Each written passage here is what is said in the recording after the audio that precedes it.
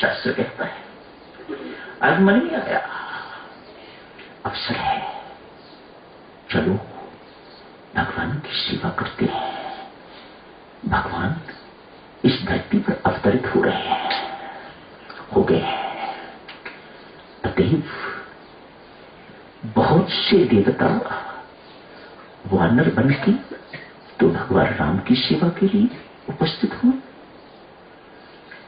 पेड़ बन के व अन्य कुछ कुछ बन के तो भगवान कृष्ण की सेवा व उनके साथ लीला इत्यादि करने के लिए, उनकी लीला अवलोकन करने के लिए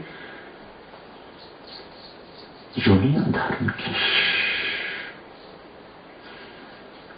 जो देव परमात्मा के दर्शनों को, परमात्मा की सेवा को तरसते हैं, मुझे आश्चर्य होता है सुन के जब कोई कहता है कि अमुक देवता ने ये कहा है कि राम राम जपना बंद कर। मेरा शरीर कांप जाता है। कोई ऐसी देवता, देवी देवता इस संसार में नहीं हो सकता, सारे ब्रह्मांड में नहीं हो सकता जो ये कहे किसी को, राम राम जपने वाले को ये कहे कि राम राम मत जप, माला मत फिर।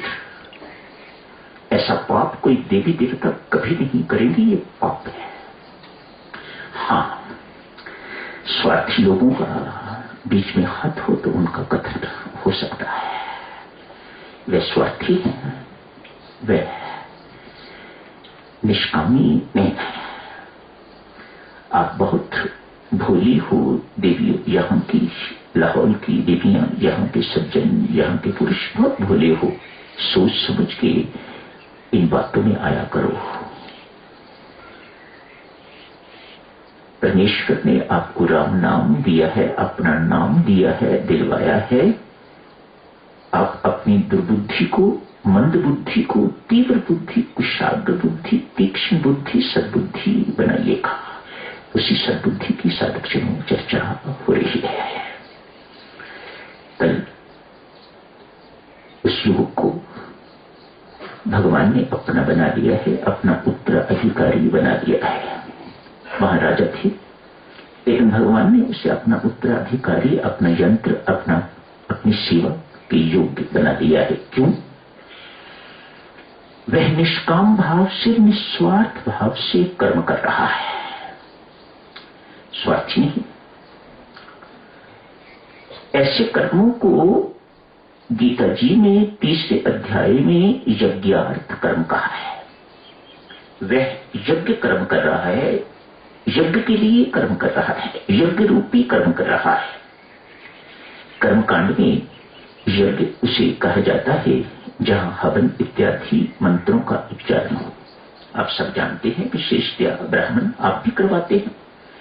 कर्मकांडी वह यज्ञ का अर्थ यही मानते हैं जैसे पुत्रेष्टि यज्ञ, पुत्र की प्राप्ति के लिए यज्ञ किया गया, मानो उसके अंदर कोई कामना है, ये चाहिए, इसके लिए यज्ञ किया गया है।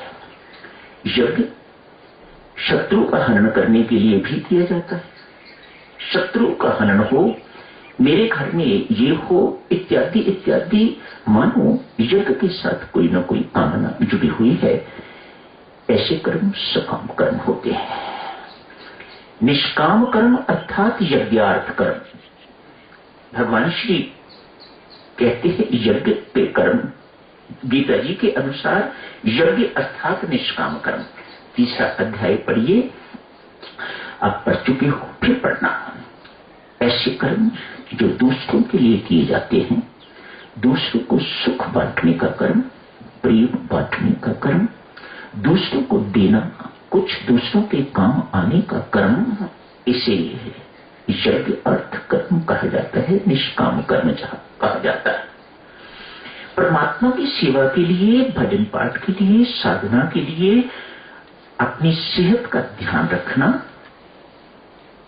निष्काम कर्म, यज्ञार्थ कर्म। दूसरों को प्रेरित करके साधक बनाना, उनको परमात्मा के श्री चरणों में लाना, उनको दीक्षा के लिए तैयार करना, उनको राम नाम के लिए जपने के लिए प्रोत्साहित करना, भगवान श्री कहते हैं ये यज्ञार्थ कर्म है।